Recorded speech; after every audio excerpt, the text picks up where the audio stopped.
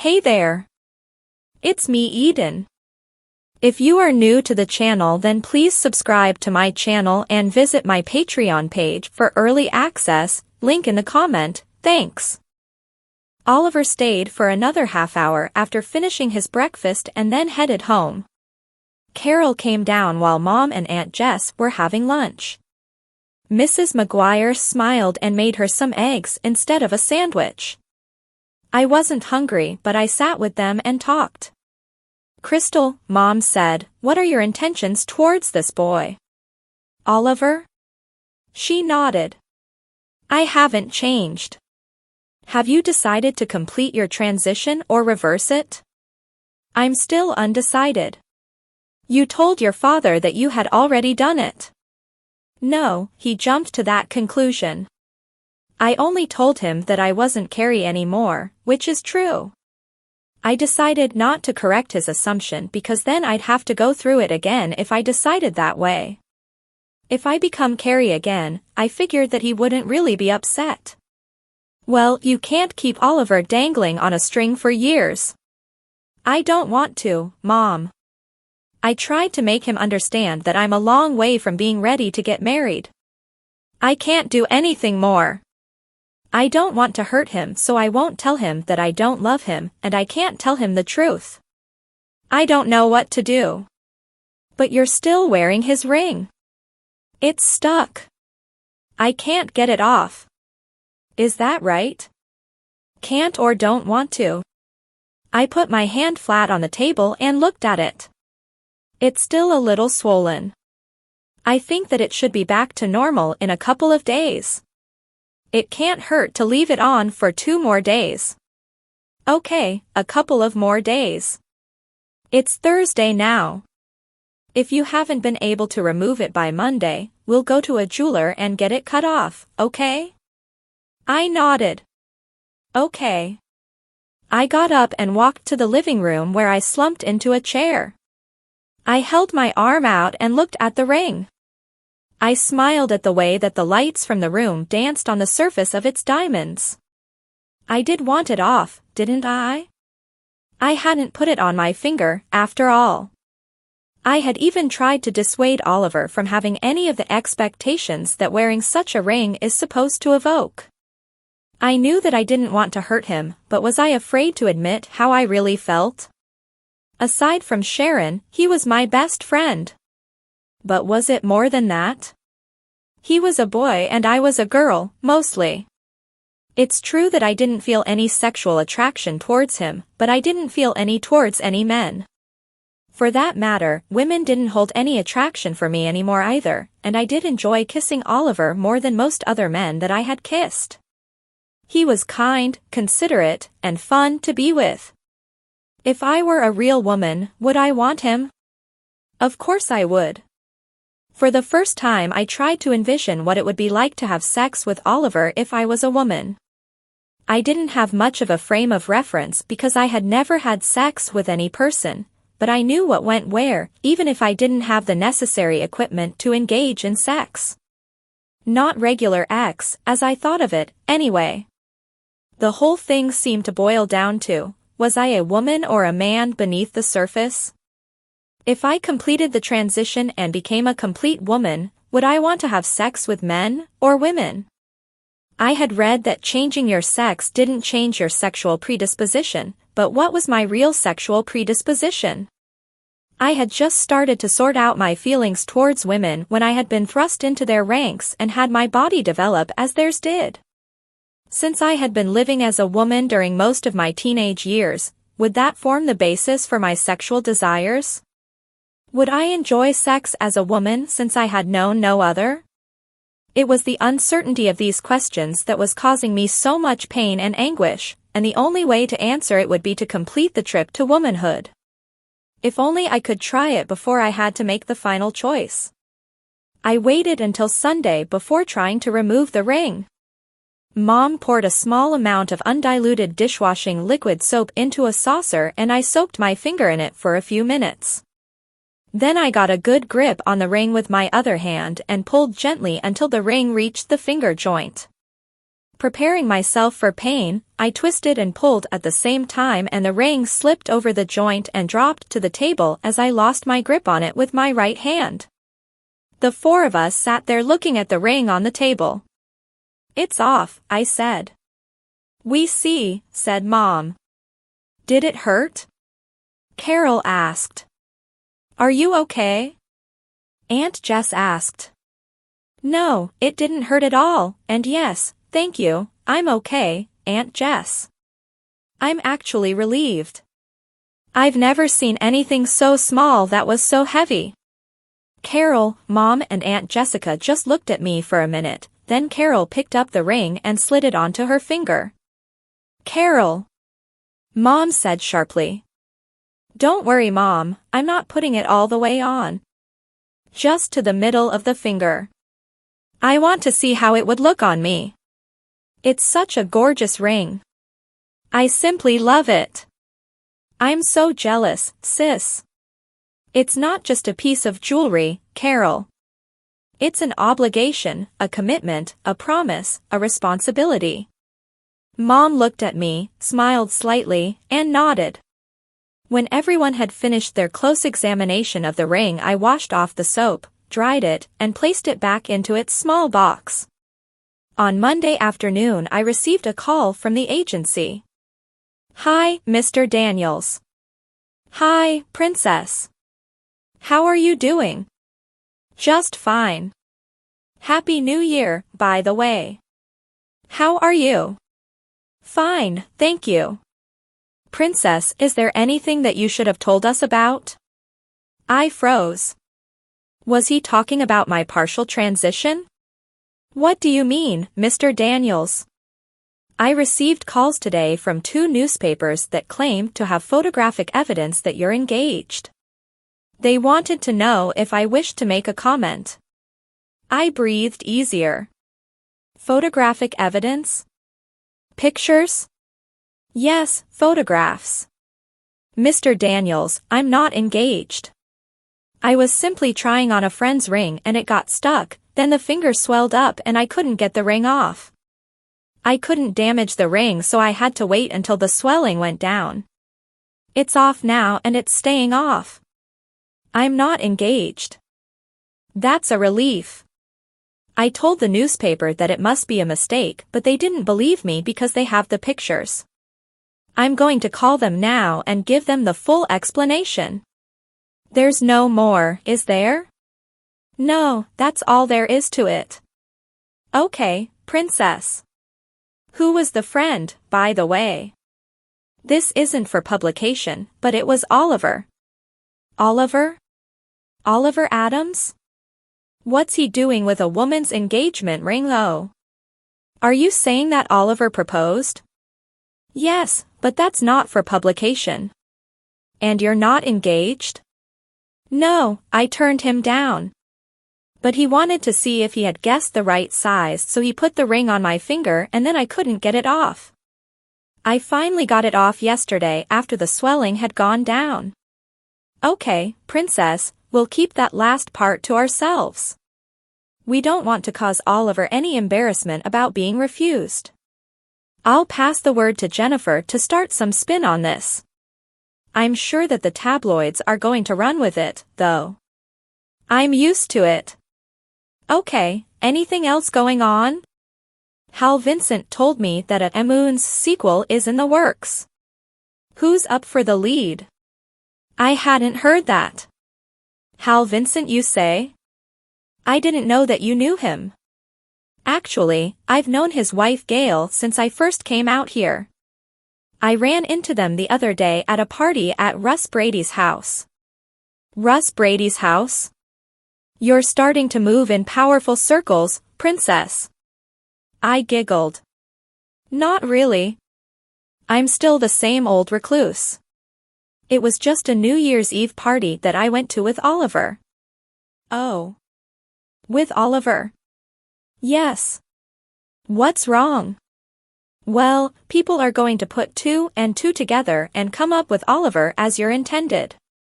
You were with him while you were seen wearing an engagement ring. We'll just have to stick with your story and ride it out."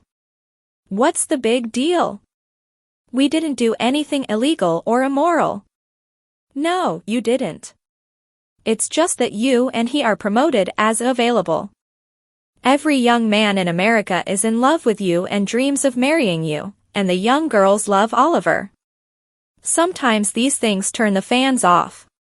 We'll just have to see.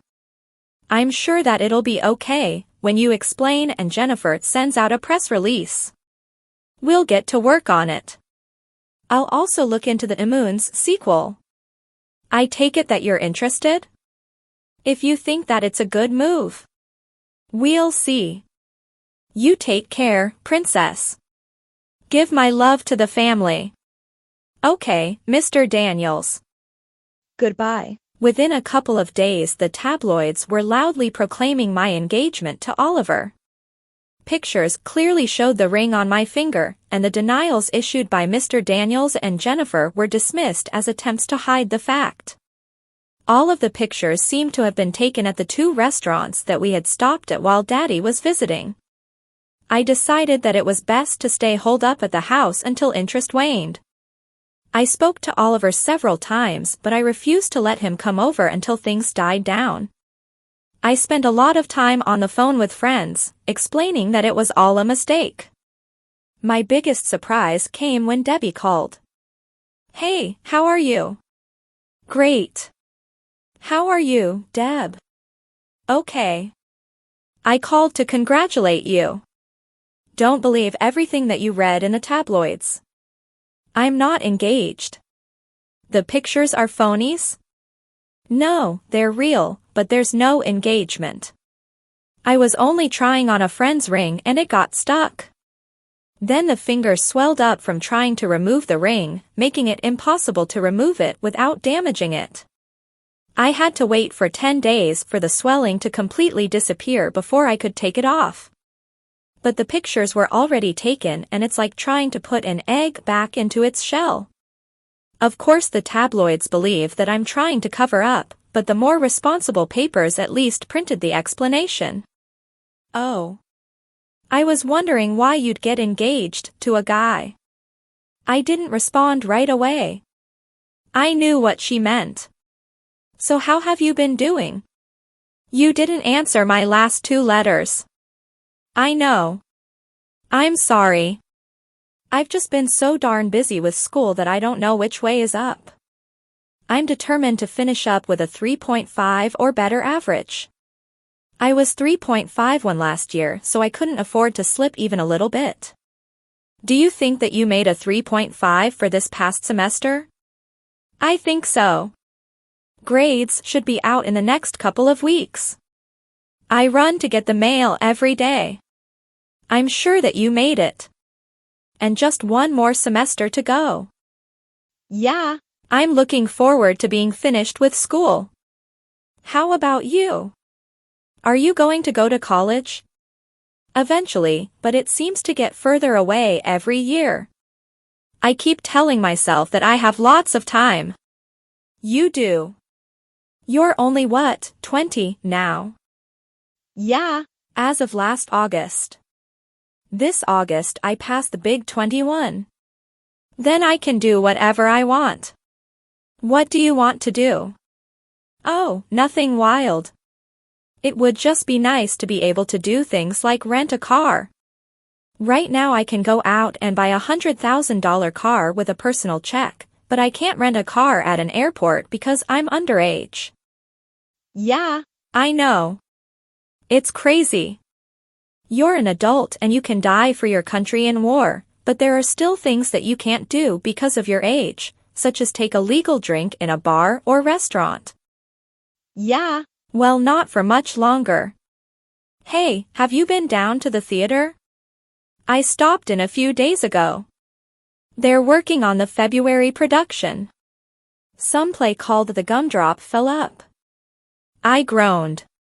It sounds like Neil is still picking those off-Broadway plays. I think that even the off-Broadway people rejected this turkey. Most of the old regulars won't even come to tryouts anymore. The performance schedule has been cut to 2 performances per weekend on 2 weekends, and their total attendance isn't enough to fill one performance's seating. If not for the money that we took in while you were there, the theater would be closed. That's too bad. I thought that Neil would wake up to the reality of the situation by now. Barbara said that he still believes that people will come around. I think that senility has set in. I wish that there was something that I could do. How about coming back and directing a play for us? I can't. I'm booked solid for the next year and a half. I've signed to do 3 movies. I won't have more than a week or 2 in between them. That's too bad. I mean that it's good that you're so much in demand, but too bad for the theater. How about you getting involved this summer and trying to guide Neil back onto the correct path? I don't know if I'll have time. I'm already set to start work at my dad's company in June. I guess that we're both too busy to help out. We'll just have to hope that someone else comes along to straighten the place out. I guess. What are you doing for the next couple weeks? It'd be great if you could come for a visit. I'd love to, but I'm interning at the company. I'll be there until it's time to go back to school. Oh, too bad. I'll only be here until next month and then I have to report to the movie set. I guess that it'll be a while before we see each other. Looks like it, unless you can come back here? No, I can't. I promised Carol that I'd help her with her senior class project. We're going to be shooting a movie here at the estate. It's important, so I can't get away. That's that then, I guess. Cries, I have to go. My lunch hour is over and I have to get back to work. It's been great talking to you. Same here. Take care and good luck with your final semester at school. Thanks, you take care also. Bye. Deb. After I hung up the phone, I thought about Debbie. I still considered her to be one of my best friends, but I didn't feel the sexual attraction that I had once had. Was it because we hadn't seen one another for several years, or something else? Would the old feeling come back if we were in the same room, or was it completely gone? Was it due to the medicine that I took to suppress sexual urges, or am I now thinking of myself as a woman most of the time? Was there any way that I could find out? We began working on Carol's project a couple of days later. She had the script ready, but we altered it a little as we did our run-throughs. The plot wasn't too elaborate. It was intended to spoof sci-fi movies of the 50s and 60s. Sharon and I were to play spies who were caught an evil doctor. The doctor shot us with a ray from a machine in his lab and we were turned into small children. That's where the twins came in. Although age regressed, we retained our minds and voices. We just lost size, strength, and motor skills. The diminutive spies are largely ignored by their captors and manage to escape.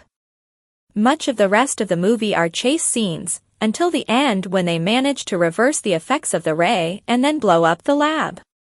Carol had put together a team made of classmates for camera, sound, props, and makeup work. Her roommate Samantha was the wardrobe person. She had contacted Chet and he had agreed to do the explosives work for her. The actual detonation work would take place in the desert, but most of the rest would be done at the estate. There were also some exterior establishing shots to be done, once the right locations were found. Mrs. McGuire would handle the catering duties. Sharon's and my wardrobes consisted of matching black turtleneck sweaters, black spandex slacks, and black running shoes. The twins had similar outfits for their scenes. Carol had estimated 3 days for shooting the scenes that Sharon and I were in, but it actually took about 8 days. Sharon did the stunt work for both of us. The twins had their second birthday while we were shooting, so we took one afternoon off for a birthday party. They were somewhat able to understand what was going on this year, and enjoyed being the center of attention. Carol shot the party with her video camcorder so that Sharon would have a copy to send Roy, who was gone again on a job. Once our parts were done, Sharon and I helped out with the twins' scenes. We did things like hide behind bushes so as to be hidden from the camera, and then call to them to get them to run towards us.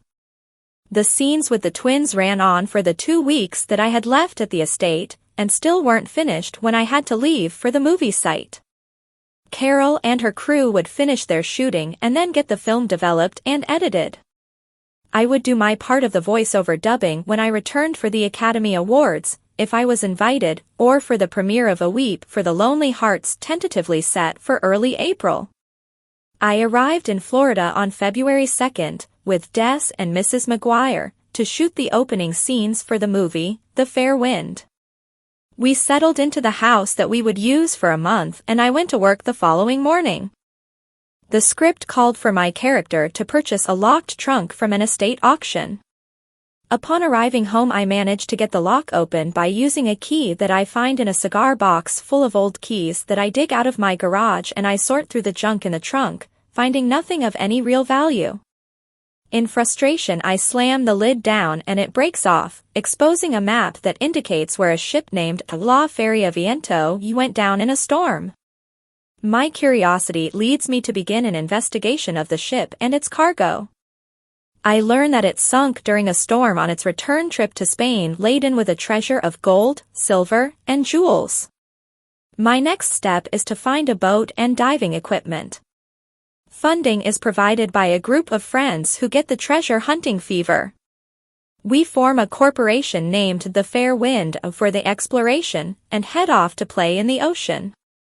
For the part, I would have to do some very basic scuba work, so I spent a week with a diving instructor learning enough in a swimming pool so that they could do my underwater close-ups. The advanced people had done their jobs well and everything moved along at a good pace because for the earliest scenes I was the main focus and other actors were mostly backgrounds. When I began to work with the friends, things slowed down because there was a lot more dialogue, shooting angles, and close-ups. When the Academy nominations came out I saw that I had been nominated once again. As Mr. Daniels had predicted, the nomination was for my role in A Princess to the Mob. Morning Mist didn't garner any nominations. I notified the director, who had already heard and received permission to attend the ceremony in March. I contacted Barbara right away to speak to her about a gown for the ceremony. She told me that it was all ready for the final fitting. She said that she knew I'd need it and had been working on it for a month, in between her work duties for the last play, which hadn't required very much of her time. We talked for about a half hour and I told her how much I was looking forward to seeing her and Marge in a few weeks. My next call was to Alan Harrison. Alan had been my escort for the premiere of A Princess. I lucked out and got right through to his cell phone, and after the normal opening chit-chat, I asked him if he'd like to escort me to the Academy Awards ceremony. He said that he wasn't seeing anyone steady and that he'd love to attend the awards with me. For a rising young actor it was great exposure. My last call was to Oliver. Again I lucked out and got right through.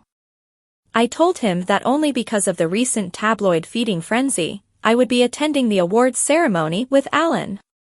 Having a different escort would act as a small diversion for the tabloids and mean that we could see one another that much sooner. He was disappointed, but I think that he understood. We coincidentally wrapped up the shooting in Florida 5 days before the Academy ceremony. As the company packed up and headed for St. Croix on Wednesday, Des and I headed for my old hometown. I sent Mrs. McGuire directly back to the LA after phoning to make sure that Mom or George could pick her up from the airport. Please subscribe for the next part and visit my Patreon page for early access.